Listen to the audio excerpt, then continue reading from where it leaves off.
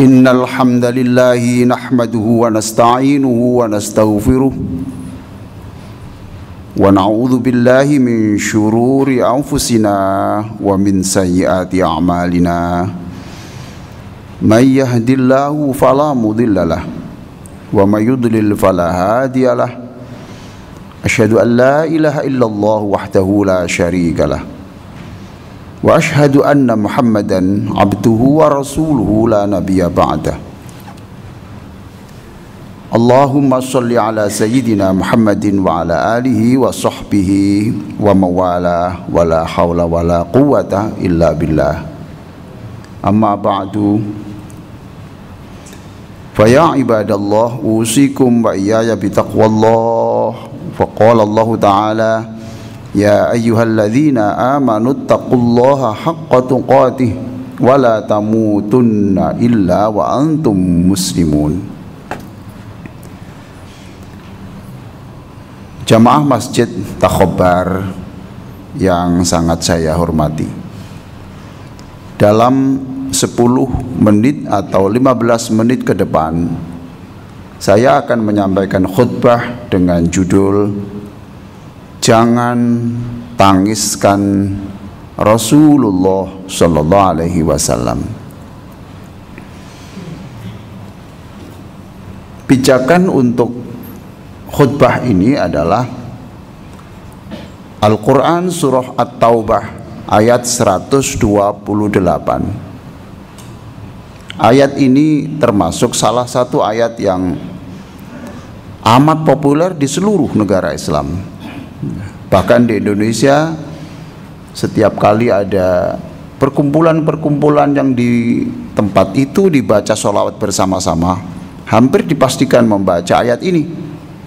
Saya yakin sebagian di antara jamaah yang sangat terhormat ini sudah hafal dengan ayat ini. A'udzu billahi minasyaitonir rajim. Laqad ja'akum rasulun min anfusikum azizun 'alaihi ma 'anittum harisun 'alaikum bil mu'minin raufur rahim. Sungguh telah datang kepadamu rasul dari kalanganmu sendiri, yang rasul itu ikut merasakan apa yang menjadi bebanmu. Rasul itu sangat ingin menjadikan kamu orang yang soleh. Rasul itu orang yang sangat sayang kepada orang-orang mukmin. Hadirin sekalian, ayat ini saya pilih sebab ayat ini ayat yang dalam sejarah sangat unik, dan dalam struktur kata dari seluruh ayat-ayat Al-Quran, ayat ini sangat unik pula dari segi historis, dari segi sejarah. Zaid bin Thabit, sekretaris Rasulullah Sallallahu Alaihi Wasallam untuk menulis Al-Quran, ketika diberi kepercayaan oleh pemerintahan ketiga setelah Rasulullah, oleh Utsman bin Affan radhiyallahu an, untuk mengumpulkan Al-Quran. Beliau sukses mengumpulkan Al-Quran yang ditulis di tulang onta, tulang sapi, tulang apapun hewan-hewan yang ada, yang ditulis di kayu, di batu, seluruh Al-Quran sudah dikumpulkan. Saya tidak bisa membayangkan berapa puluh truk itu untuk menulis sekian ribu ayat. Sudah selesai semua. Ada satu yang membuat Zaid bin Thabit ini bingung. Masih ada satu ayat yang belum ketemu. Kalau hafal semua sudah tahu, hafal semua sudah hafal, cuma barang buktinya mana kalau ini ditulis oleh seorang sahabat lama, dan baru ketemu ternyata dicari di rumah seorang sahabat namanya Abu Khuzaimah Al-Ansari radhiyallahu an. Jadi inilah ayat yang terakhir kali ditemukan. Setelah ditemukan pun masih bingung lagi nih tim ini. Ini masuk ayat yang turun di Makkah atau di Madinah, dimasukkan surat apa ini? Yang kedua, dari segi jumlah kata yang ada dalam Al-Quran berdasarkan ilmu yang dikembangkan oleh Rashid Khalifah. Rashid Khalifah ini adalah orang kelahiran Mesir yang berkebangsaan Amerika Serikat. Dia ahli biokimia. Menurut orang ini, pakar ini, ya, Bismillahirrahmanirrahim itu terdiri dari 19 huruf. Dan 19 huruf itu bisa untuk memverifikasi apakah Quran ini asli atau tidak. Dan dia yakin bahwa Bismillahirrahmanirrahim yang 19 huruf itu nanti ketika untuk mengetahui apakah bismillah ini pas atau tidak, itu dilihat. Kalau jumlah kata di dalam bismillah ada ismun, kemudian Allah, kemudian ada ar-Rahman, ar-Rahim. Kalau itu nanti jumlahnya dalam Al-Quran itu bisa dibagi habis 19, maka ini berarti benar. Maka dia mencoba melacak Bismillahirrahmanirrahim. Pertama ism. Itu dilihat, dicek dalam Al-Quran, ternyata jumlahnya 19. Habis berarti. Allah, Bismillah, Allah itu dicek dalam Al-Quran, jumlahnya 2698. Bisa dibagi habis 19. Ar-Rahman dicek, ternyata jumlahnya 57. Bisa dibagi habis dengan 19. Nah yang terakhir ini Rahim, Ar-Rahim itu ternyata jumlahnya 115 dan ini tidak bisa dibagi habis 19. Maka dia menganggap ini mesti ada masalah ini. Dipelajari berhari-hari, berbulan-bulan. Peneliti itu ya begitu itu sampai tidak doyan makan ya, demi ilmu itu begitu. Akhirnya ditemukan, laqad ja'akum rasulun min anfusikum azizun 'alaihi ma 'anittum harisun 'alaikum bil mu'minina raufur rahim. Ternyata Rahim yang pengasih itu yang ada dalam laqad ja'akum itu satu-satunya ayat yang Rahimnya itu bukan mensifati Allah, tapi itu mensifati Rasulullah Shallallahu Alaihi Wasallam. Berarti jumlah Rahim dalam Al-Quran yang mensifati Allah itu jumlahnya 114 dan itu bisa dibagi habis 19. Selesai. Hadirin sekalian yang sangat saya muliakan, kita kalau mau memperhatikan, laqad ja'akum rasulun min anfusikum, telah datang kepadamu rasul, bukan difirmankan telah kami datangkan, bukan. Telah datang kepadamu rasul yang sifat-sifatnya saya sebut tadi. Itu artinya Muhammad sejak sebelum diangkat jadi Nabi Muhammad itu memang sudah mencintai, menyayangi orang, itu sudah luar biasa. Al-Quran datang hanya meneguhkan. Dan itu telah dibuktikan betapa sayangnya Rasulullah kepada semua manusia. Antara lain ada yatim dari ayah yang mati syahid, namanya Ja'far bin Abi Thalib. Bagaimana Rasulullah kepada anak yatim? Rasulullah membawa sendiri makanan untuk dia. Tidak hanya itu, rambutnya kelihatan panjang. Rasulullah mendatangkan tukang cukur. Tidak hanya itu, Rasul tidak hanya membawakan makanan, anak-anak kecil yang yatim itu disuapi Rasulullah, digendong Rasulullah. Dan ketika anak ini besar, yatim ini besar, dialah yang mengatakan di mana-mana, memberikan testimoni, akulah saksi, akulah yatim yang dulu digendong Rasulullah, disuapi Rasulullah, dipotongkan rambutnya oleh Rasulullah, diberi makan Rasulullah Sallallahu Alaihi Wasallam. Hadirin sekalian, sifatnya Rasul tadi saya sebut ada 3. 1, azizun alaihi ma anittum. Apapun yang kita rasakan, Rasul ikut merasakan, seperti orang di muka cermin. Kalau kita tersenyum di muka cermin, ya di kaca itu bercermin ada. Kalau kita tersenyum di kaca itu juga ada wajah cermin, wajah senyum. Inilah akhlak Rasulullah, dan itu yang harus kita contoh. Kalau ada orang senang, kita senang. Orang sakit, kita ikut sakit. Dapat musibah, kita sedih juga. Bukan orang Muslim yang kemudian tidak meniru Rasulullah. Ada orang kena malapetaka, kemudian kita teriak, walat, rasakan. Begitu ngaku Nabi. Semangat meniru Rasulullah tidak hanya dengan sholawat, tapi akhlaknya ini harus kita tiru.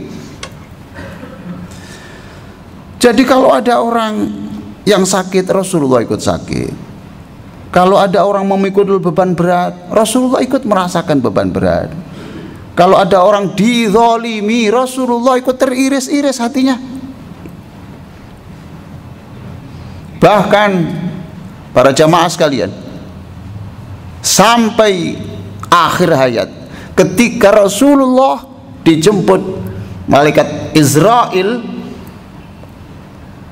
Rasulullah meminta kepada Allah, ya Allah, demi sayangku kepada umat-umatku, ternyata sakaratul maut itu sakit. Izinkan aku, wahai Allah, untuk menanggung rasa sakit sakaratul maut seluruh umatku nanti. Biarkan itu, biar aku sendiri yang menanggung. Allahumma shalli ala Muhammad. Sampai ketika diberi minta siwak, Rasulullah sebelum wafat minta siwak. Ketika siwak itu digunakan menggosok, ternyata tidak kuat menahan sakit. Siwak ini ditahan, digigit sampai pecah, remuk redam. Kemudian keringat Rasulullah itu bercucuran. Sayyidina Ali karramallahu wajhah, sang menantu, Fatimah, anak kandungnya, tidak tega melihat Rasulullah itu. Bahkan malaikat Jibril yang ada di situ pun tidak tega melihat Rasulullah merasakan sakitnya sakaratul maut. Bukan karena dosanya Rasulullah, tetapi karena diizinkan Rasulullah, diizinkan Allah untuk menanggung sakitnya sekian miliar manusia itu. Sampai menjauh, Ali bin Abi Thalib menjauh, Fatimah menjauh, Jibril menjauh. Tidak tega saya melihat Rasulullah. Itulah azizun alaihi ma anittum. Bapak ketika sedih jangan bersedih berkepanjangan, karena Rasulullah ikut merasakan dan ikut mendoakan. Yang kedua, harisun alaikum. Rasulullah itu ingin sekali bagaimana umatku itu jadi orang baik, jadi orang baik. Seperti Rasulullah mengatakan, tidak apa-apa tanganku ini lepas, tidak apa-apa. Biarlah gigiku rontok, tidak apa-apa. Biarkan tulang punggungku ini sampai pecah, remuk, tidak apa-apa. Asalkan umatku besok bisa menerima ajaran ini dan jadi orang yang baik.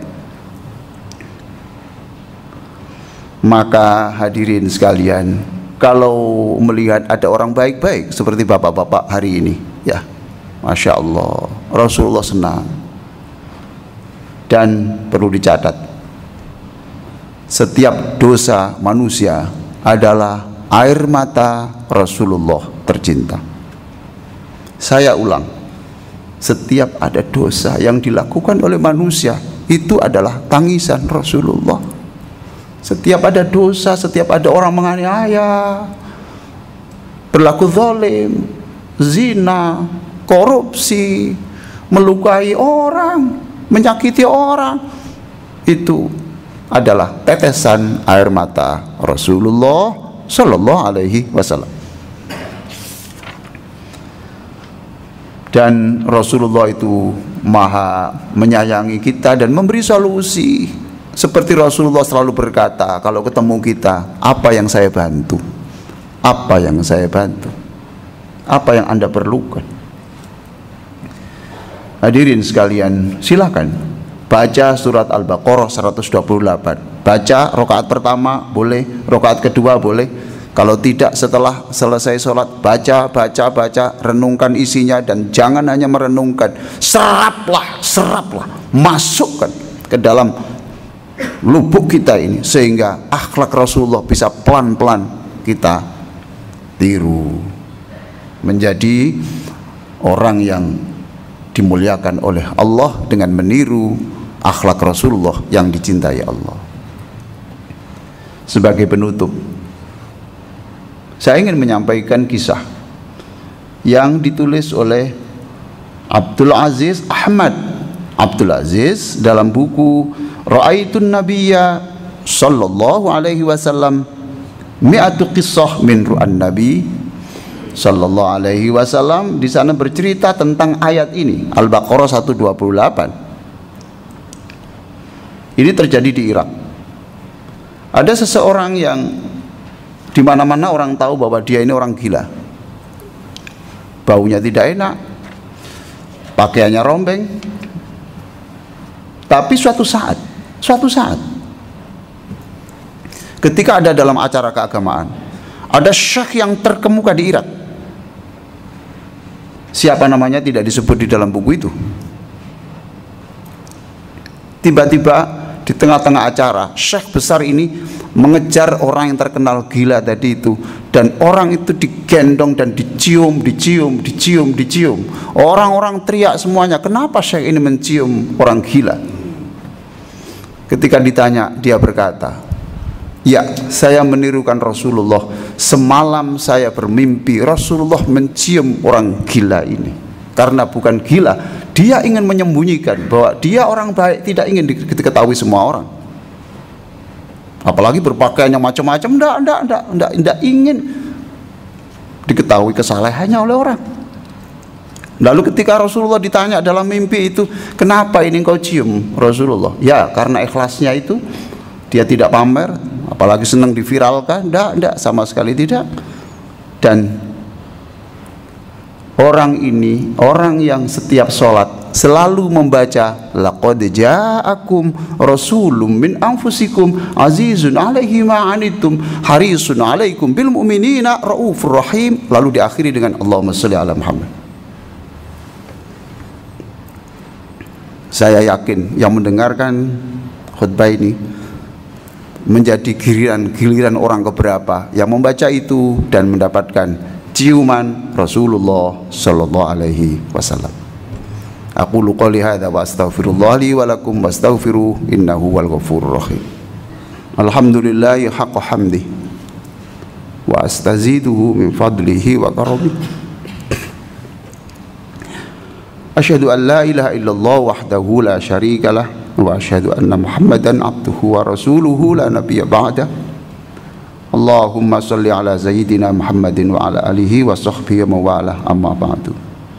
Fa ya ibadallah usikum bi taqwallah. Fa qala Allah ta'ala ya ayyuhalladzina amanu taqullaha wa kunu ma'as shadiqin innallaha wa malaikatahu yusalluna 'alan nabi ya ayyuhalladzina amanu sallu 'alaihi wa sallimu taslima. Allahumma salli ala sayyidina Muhammadin wa ala alihi wa sahbihi ajma'in. Allahumma ighfir lil muslimina wal muslimat wal mu'minina wal mu'minat al ahya'i minhum wal amwat. Allahumma salli ala sayyidina Muhammad. Berikan salawat kepada Nabi kami Nabi Muhammad. Allahumma rzuqna fid dunya ziyaratah. Jadikan yang membaca salawat, yang mengamini doa ini, Engkau berikan kesempatan tawaf di Makkah, ziarah ke Madinah, sebagaimana saudara-saudara kami yang baru pulang dari tanah suci Makkah dan Madinah. Wa fil akhirati syafa'atahu, jadikan seluruh orang yang setiap sholatnya membaca sholawat ini, Engkau berikan pertolongan pada hari pengadilan di akhirat nanti. Wabil jannati ru'yatahu wa murafaqatah, jadikan seluruh yang mengamini doa ini dan keluarganya bisa bertemu Rasulullah di surga. Allahumma salli ala Sayyidina Muhammad, berikan sholawat kepada Nabi kami Nabi Muhammad. Allahumma ja'alna min khiyari ummati wassairina yaumal qiyamati tahta liwa'i. Ya Allah, jadikan seluruh yang mengamini doa ini akhlaknya harum seperti Rasulullah, lalu besok pada hari kiamat dipilih Rasulullah sebagai kekasihnya dan orang terbaik. Lalu kami bersama Rasulullah di bawah benderanya dipersilahkan menuju ke surga bersama-sama. Allahumma sholli ala Sayyidina Muhammad. Allahumma ahyina mutamassikina bi ta'atihi wa mahabbatihi, berikan sholawat kepada Nabi kami Nabi Muhammad, hidupkan kami dengan semangat mencontoh Rasulullah dan berpegang teguh sampai akhir hayat kami untuk mengikuti ajaran Rasulullah. Allahumma sholli ala Sayyidina Muhammad, berikan sholawat kepada Nabi kami Nabi Muhammad. Adkhilna ma'ahul jannah, masukkan kami ke dalam surga bersama Rasulullah. Fa innahu awwalu may yadkhuluha, sebab Rasulullah adalah orang yang pertama kali Engkau izinkan memasuki surgamu. Wa anzilna ma'ahu fi qusuriha fa innahu awwalu may yanziluha, wahai Allah, izinkan kami menikmati istana surga bersama Rasulullah, sebab dialah Rasul yang pertama kali Engkau izinkan menikmati istana surga. Rabbana atina fid dunya hasanah wa fil akhirati hasanah wa qina adzabannar. Ibadallah, innallaha ya'muru bil 'adli wal ihsan wa ita'i dzil qurba wa yanha 'anil fahsya'i wal munkari wal baghi ya'idzukum la'allakum tadhakkarun. Wa la dzikrullahi akbar.